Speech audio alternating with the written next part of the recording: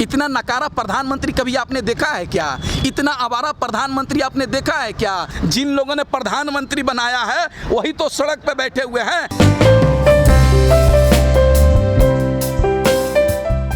ना सरकार कोई बातचीत कर रही है किसानों से। देखिए, सरकार बातचीत करेगी, थोड़ा सा इंतजार कीजिए आप। ये सरकार अभी भी अपने अहंकार में चूर है और सरकार की बात कर रहे हैं ना, आप पहले भी कह चुके हैं कि आंदोलन को चलते हुए चलने दीजिए ना। आंदोलन जब तक जारी रहेगा तब तक ये सरकार के लिए हानि है। सरकार का कब्र खुद रही है ये आंदोलन से। बंगाल और तमाम राज्यों में चुनाव हारी सरकार देखे आपने, इसी तरीके से आंदोलन जारी रहेगा। सरकार जितना लंबा चलेगा उतने कम होगा, ये भी मानते हैं। नहीं, आप ये बात मान के चलिए कि आज़ादी की दूसरी लड़ाई है। 90 वर्ष लगे थे आज़ादी कराने में इस देश को। ये आज़ादी की लड़ाई हो सकता है 2-4 साल लगेंगे हमको।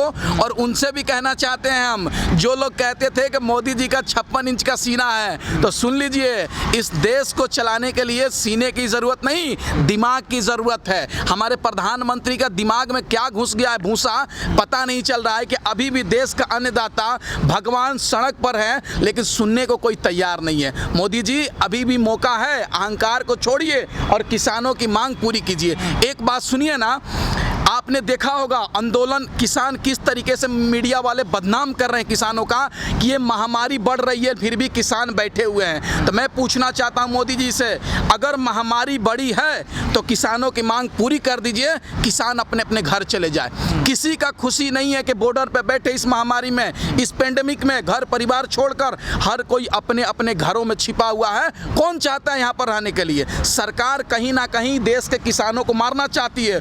भूखे, कोरोना में, तमाम चीज़ों से सरकार मारना चाहती है। अगर किसानों से प्यार रहता तो किसानों की मांग पूरी कर दीजिए, किसान अपने अपने घर चले जाएंगे। अब लेकिन किसान कह रहे हैं जब तक कानून वापस नहीं, घर वापसी नहीं। सरकार कह रही है कि हम कानून तो वापस करेंगे नहीं, तो रास्ता कैसे निकले? देखिए, अब तो सरकार ने ये कानून लाया है तो ये सरकार को ही वापस करना पड़ेगा। ये किसान तो कानून मांगा नहीं है तो ये तो सरकार, किसान पीछे हटेगा नहीं। देखिए, सरकार किसान देश के आम नागरिकों से होती है, देश सरकार से आम नागरिक नहीं होते हैं। अगर हमने प्रधानमंत्री मोदी जी को वोट दिया है तो हो सकता है मोदी जी को हरा भी सकते हैं। ये सरकार को सोचने की जरूरत है। और एक बात और बता देता हूं, आप शराब के दुकान पे जाइएगा तो वहां पर लिखा रहता है कि शराब स्वास्थ्य के लिए हानिकारक है। वह दिन दूर नहीं है जब दीवालों पे लिखा रहेगा नरेंद्र मोदी देश के लिए हानिकारक है। वह दिन दूर नहीं है, सब लोग लिखते चलेंगे कि ये मोदी देश के लिए हानिकारक है। जिस तरीके से 7 वर्ष में इन्होंने देश को बर्बाद करने का काम किया है, ऐसा कोई प्रधानमंत्री नहीं मिला हमारे देश को जिन्होंने अपने देश को नरक में लाने का काम किया। इतना नकारा प्रधानमंत्री कभी आपने देखा है क्या? इतना आवारा प्रधानमंत्री आपने देखा है क्या? एक आदमी को बढ़ाने के लिए देश के आम नागरिकों को गुलाम कर रहा है। एक बात पता है आपको, देश में इस कोरोना महामारी में 170 नए करोड़पति बने हैं, आपको पता होना चाहिए। नए करोड़पति बने हैं, वो प्रधानमंत्री का दोस्त हैं। लेकिन हम जैसे और आप जैसे गरीब लोग खाने नहीं मिल रहा है, लेकिन 170 नए अरबपति करोड़पति बन गए। कैसे बन गए? ये सरकार गरीब और अमीर के बीच में खाई भर रही है और ये सरकार झूठी है, फ्रेब है, फ्रॉड है। यही सरकार कहती थी ना कि देश के हर नागरिक को आयुष्मान भारत के तहत 5 लाख को फ्री में इलाज किया जाएगा। लेकिन देश में महामारी आया तो 500 रुपए का ऑक्सीजन नहीं मिल रहा था देश के आम नागरिकों को, एक वेंटिलेटर नहीं मिल रहा था, एक आईसीयू बेड नहीं ये सरकार दे रही थी। तो क्या ये सरकार कैसी है? झूठी है या फ्रेब है, क्या है? मैं आपसे पूछना चाहता हूं। अंजना कश्यप आज तक चैनल में बैठ के कह रही है किसान फैला रहे हैं। अगर किसान फैला रहे हैं तो किसानों की मांग पूरी क्यों नहीं कर रहे हैं आप अपने आका से क्यों नहीं सवाल करते हैं, किसान से सवाल करते हैं? अभी भी मौका है इन तमाम लोगों को। सबसे पहले मैं कहना चाहता हूं, देश की जो मेन स्ट्रीम मीडिया है उसको 14 दिन के लिए क्वारंटाइन सेंटर में भेज दो। यही लोग देश में जहर फैला रहे हैं, देश के आम नागरिकों के प्रति नफरत फैलाने का काम कर रहे हैं। आपको नहीं लगता शौकत जी की सरकार कहीं ना कहीं फंसी हुई है? अगर ये तीनों कानून वापस करती है तो दूसरा पक्ष भी खड़ा हो जाएगा। विरोध तो कई कानूनों के हो रहे हैं ना। एक बात बताइए ना, इतना बड़ा आंदोलन कौन सा कानून का चला? नहीं, आप बताइए ना, कौन एनआरसी का भी चला और तो CA/NRC आंदोलन खत्म तो नहीं हुआ, किसके नाम पे खत्म हुआ? जब देश में महामारी आया, कोरोना आया, तब जाकर सरकार ने इस महामारी के नाम पर उस आंदोलन को खत्म करवाया था।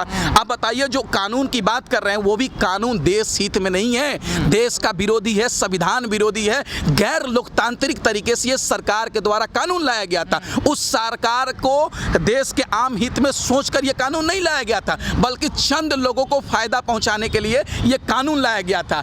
अभी भी स्टैंड फिर पीछे लेना पड़ेगा ना सरकार? बिल्कुल सरकार को लेना पड़ेगा। जो कानून देश का हित में नहीं होगा वो कानून देश में लागू नहीं होना चाहिए। जो कानून संविधान का विरोधी होगा वो कानून देश में लागू नहीं होना चाहिए। जो कानून देश के आम नागरिकों के खिलाफ होगा वो कानून देश में नहीं लागू होना चाहिए। उस कानून की क्या जरूरत है जिस कानून से देश के आम नागरिकों को फायदा नहीं होगा? लेकिन डिसाइड कौन करेगा गलत है ये सही? नहीं, ये सरकार देखिए, संसद में होता ना। नहीं, एक बात सुनिए ना, संसद में तो सब कलाकार पहुंच गए हैं। जिनको पॉलिसी के बारे में पता नहीं है वो तो सांसद बन चुके हैं। जिनको रिंग बेबी बियर पी के नाचेली छमा छम, वो लोग तो सांसद में पहुंच चुके हैं। गोरखपुर का सांसद हमारा रवि किशन क्या बोलता है कि इजा जर्मन हूं तो सीधे स्वर्ग में चल जीबो। अरे यार, ये कौन भाषा है यार? तो जनता ही चुन रही है ना उनको भी। ठीक है, जनता कैसे चुन लिया? को पता नहीं। नहीं, देखिए, देश की जनता को गुमराह मीडिया ने किया। आप और हम क्या देखते हैं? टीवी देखते हैं, न्यूज चैनल देखते हैं, मोबाइल के माध्यम से। मीडिया ने क्या कहा? प्रधानमंत्री आएंगे तो देश की गरीबी मिटा देंगे, देश के किसानों को मालामाल कर देंगे, देश के युवाओं को रोजगार दे देंगे, 15 लाख हर नागरिक के खाते में आ जाएंगे। लेकिन प्रधानमंत्री बनने के बाद इन लोगों ने सवाल किया क्या?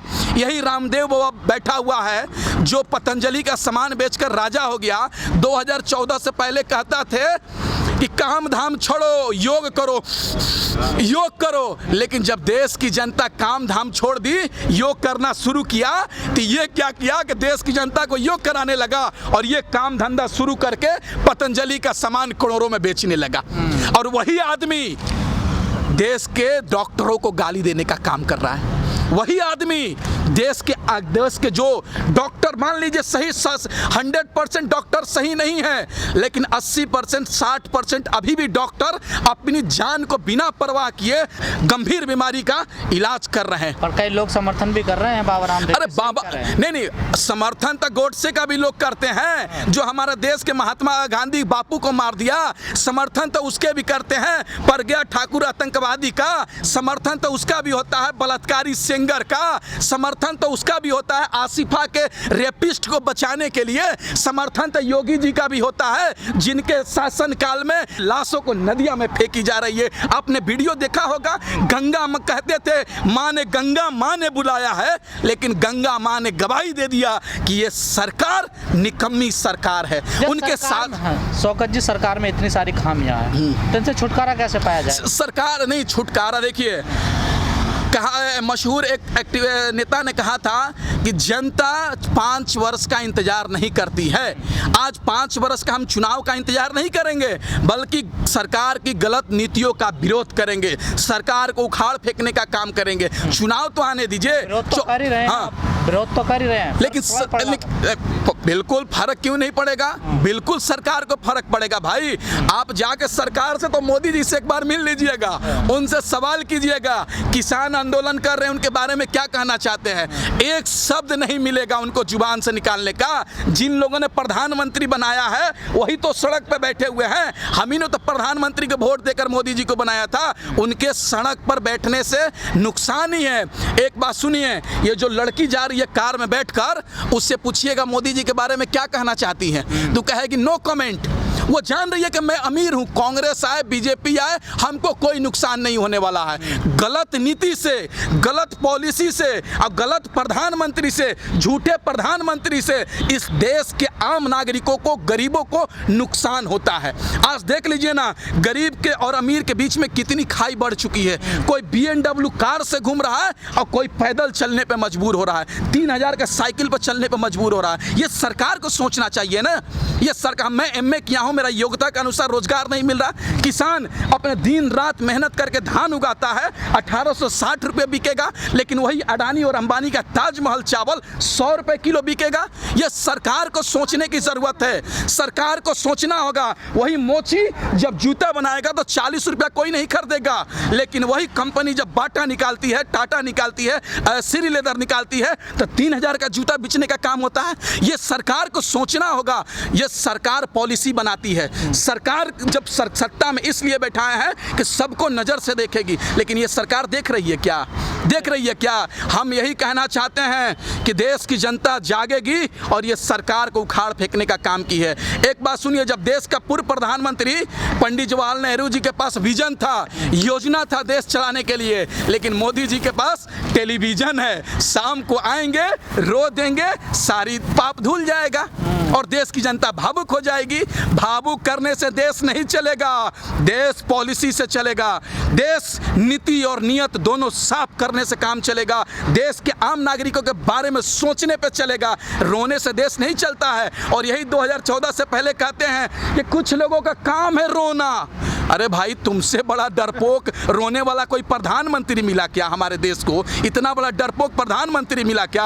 और एक बात और सरकार से कहना चाहता हूँ, रामदेव बाबा पर देशद्रोही मुकदमा दर्ज करके उनको जेल में भेजने का काम कीजिए।